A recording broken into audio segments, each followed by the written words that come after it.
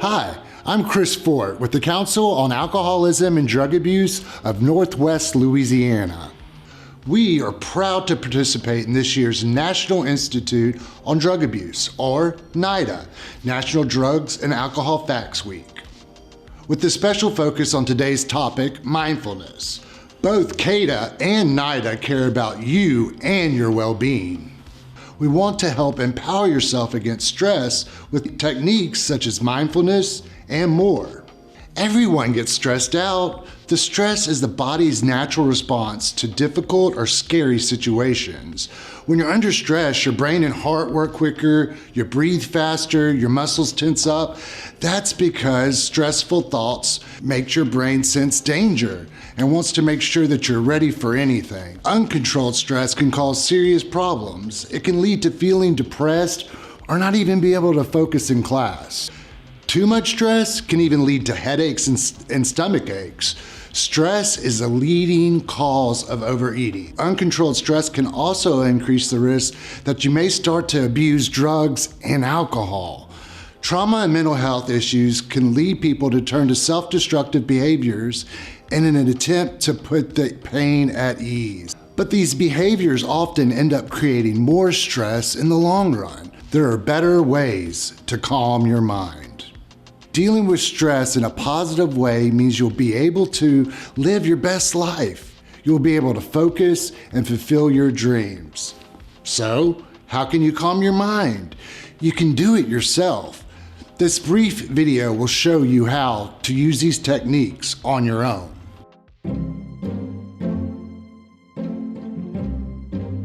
In this story, you'll meet May. May is learning a new technique called Mindfulness 5-4-3-2-1. This technique helps to ease your state of mind so you can get through stressful times. All of us at some point have experienced overwhelming feelings of anxiety that are hard to control. If left alone, that anxiety can cause your mood to spiral downward. Follow along with May so you too can learn how to perform and practice Mindfulness 5-4-3-2-1. The school bell rings, school is dismissed, and May is headed home. There's a big assignment due tomorrow, and May is feeling anxious about getting it finished tonight. When May gets home, May is greeted by their family. May lives with their parents, 3 siblings, and their grandmother. Hello, May. Hi, May. May, did you have a good day at school? Hi. It was all right, Grandma. But I have a really big assignment due tomorrow and need to get started right away. Of course. You'd better get started.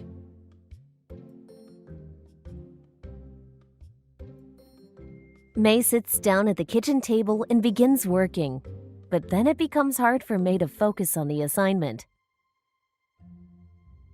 I love my family, but it's really hard to focus when they're around. May's sister looks for a snack in the cupboard. Just outside the kitchen, May hears the other siblings laughing and playing with toys. May tries to tune out the noise, but then May's mom and grandma start making dinner. All this noise. I can't do this. I'll never get my work done. I should have started this assignment sooner. I'm never gonna get it done in time. Have you ever felt frustrated like May? Sometimes our stress or anxiety makes us feel like we're spinning out of control. That's exactly how I feel. When you're experiencing a lot of stress, there's a technique called Mindfulness 5-4-3-2-1 that can help you calm your mind and ease your stress and/or anxiety. How does it do that? You'll use your 5 senses to focus on the present moment. Doing so can help you calm down and distract your mind from those unhelpful thoughts. Practicing mindfulness every day can help you feel happier and less stressed over time.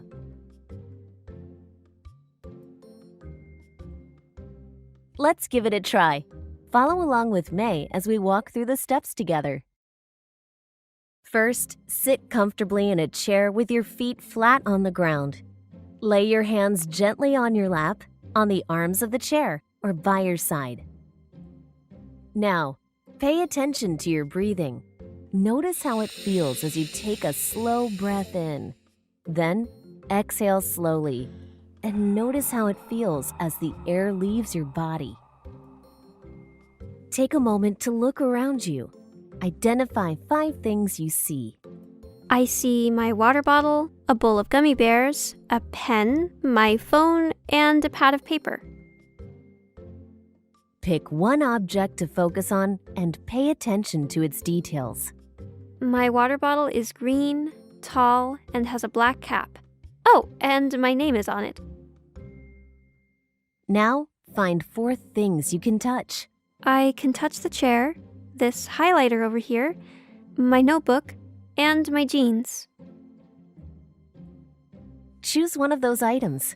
Use only your sense of touch to describe what it feels like. My jeans feel rough.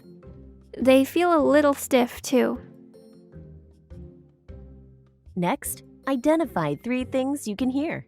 I hear the fan, soup boiling on the stove, and traffic outside. Pick one of those sounds to focus on. How does it sound? The traffic sounds like cars whizzing by. There are car horns beeping and tires screeching. Now, let's move on to 2 things you can smell. I smell my grandma's soup and these flowers in the vase.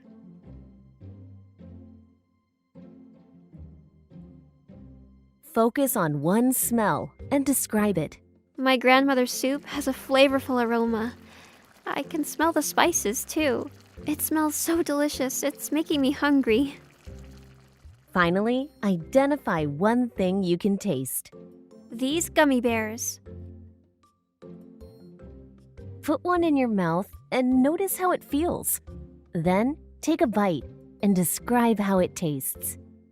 The gummy bear is soft, and it tastes sweet and sour. How do you feel?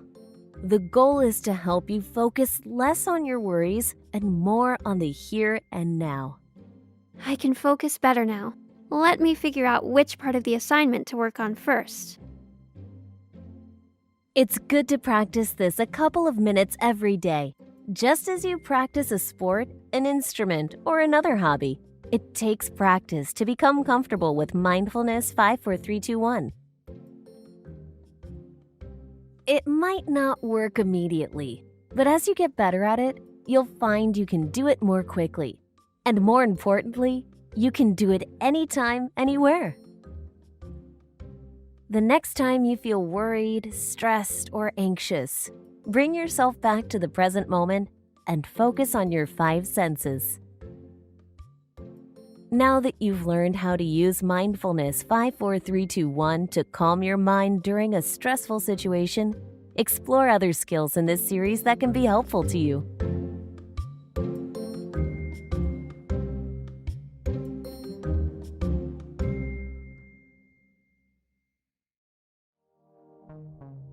The concept of mindfulness seems silly, but it really works. The trick is you have to practice the technique.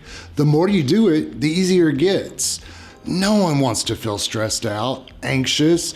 Sometimes things happen that make us feel emotional pain. Sometimes people bully us or say mean things to us in person or even social media. It hurts. What can we do in these situations? The next video will demonstrate how finding activities you enjoy can help relieve stress and anxiety.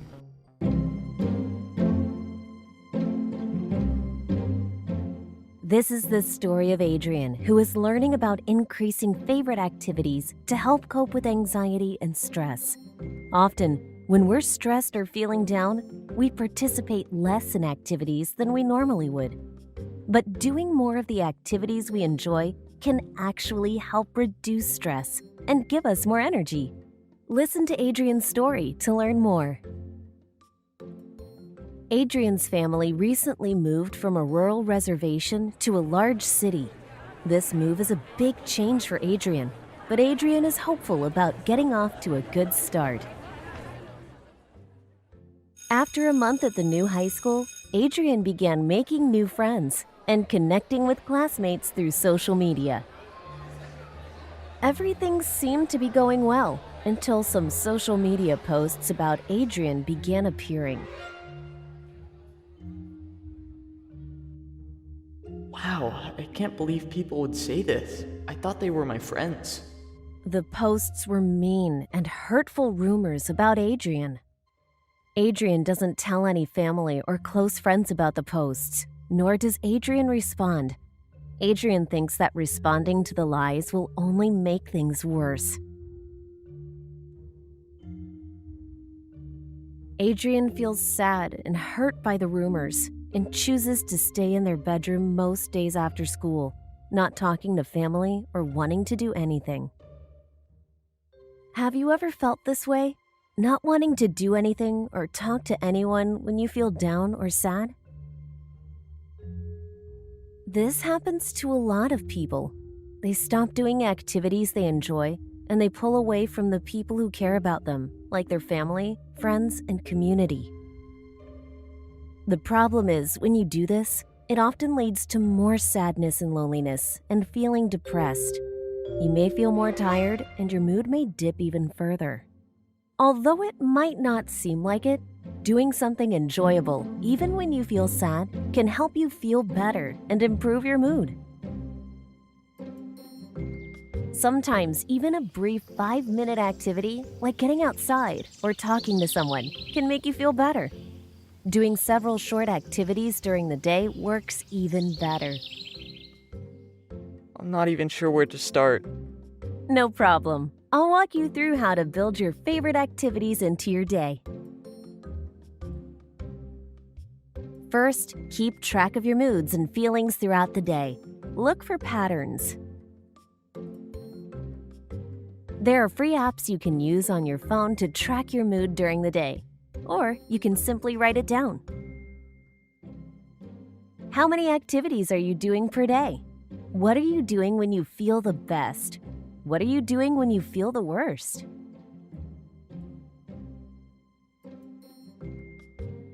Now, create a list of activities you enjoy doing and make you happy. If you can't think of any, consider something new you've always wanted to try. It's important that when making your list, you choose activities that tend to be better at improving mood. These activities usually fall into the following categories. Activities that you enjoy doing and make you happy while you're doing them. I really enjoy painting. Activities that are social and involve others, such as talking to, playing with, or just spending time with people you like. Right, like texting and calling my friend, Kai. Physical activities that involve moving your body and exerting energy, like sports or dancing. Definitely powwow dancing and playing basketball. Helping or showing care for others can make you feel good too. I like helping to cook traditional foods for family meals. Activities that involve mastering a skill can also improve your mood because you feel like you've accomplished something. I've always wanted to learn my tribal language from my elders. Other activities serve as good distractions because they require your full attention and keep worries out of your mind. I don't enjoy it, but homework helps keep my mind occupied. Spiritual activities can give you a sense of meaning and purpose in your life through connections to community, nature, or art. It makes me feel good when Mom and I smudge together. If you choose activities that fall into more than one category, you're even more likely to improve your mood. For example, powwow dancing is enjoyable, social, physical, and spiritual. Once you have a list of your favorite activities, you can plan when you can do them. I can do one of these activities every day after school, but on weekends I can do up to 2 activities. It's also a good idea to have a plan if something gets in the way of you doing one of your activities. Oh, yeah, Mom works Saturday and can't drive me to the powwow that day. So I'll catch a ride with Kai. Finally, set reminders on your phone to help you follow through on your scheduled activities. After trying out these activities for a week or two, reflect on how you feel. Have you noticed a difference? Has your mood changed?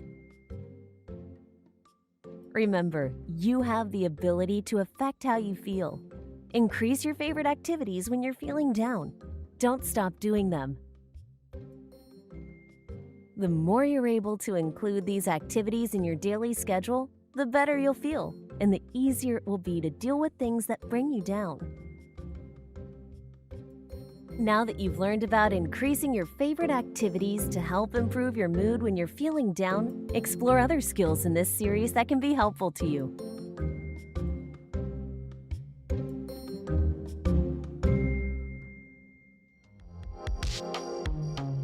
That last video you watched, you saw the 5, 4, 3, 2, 1 technique.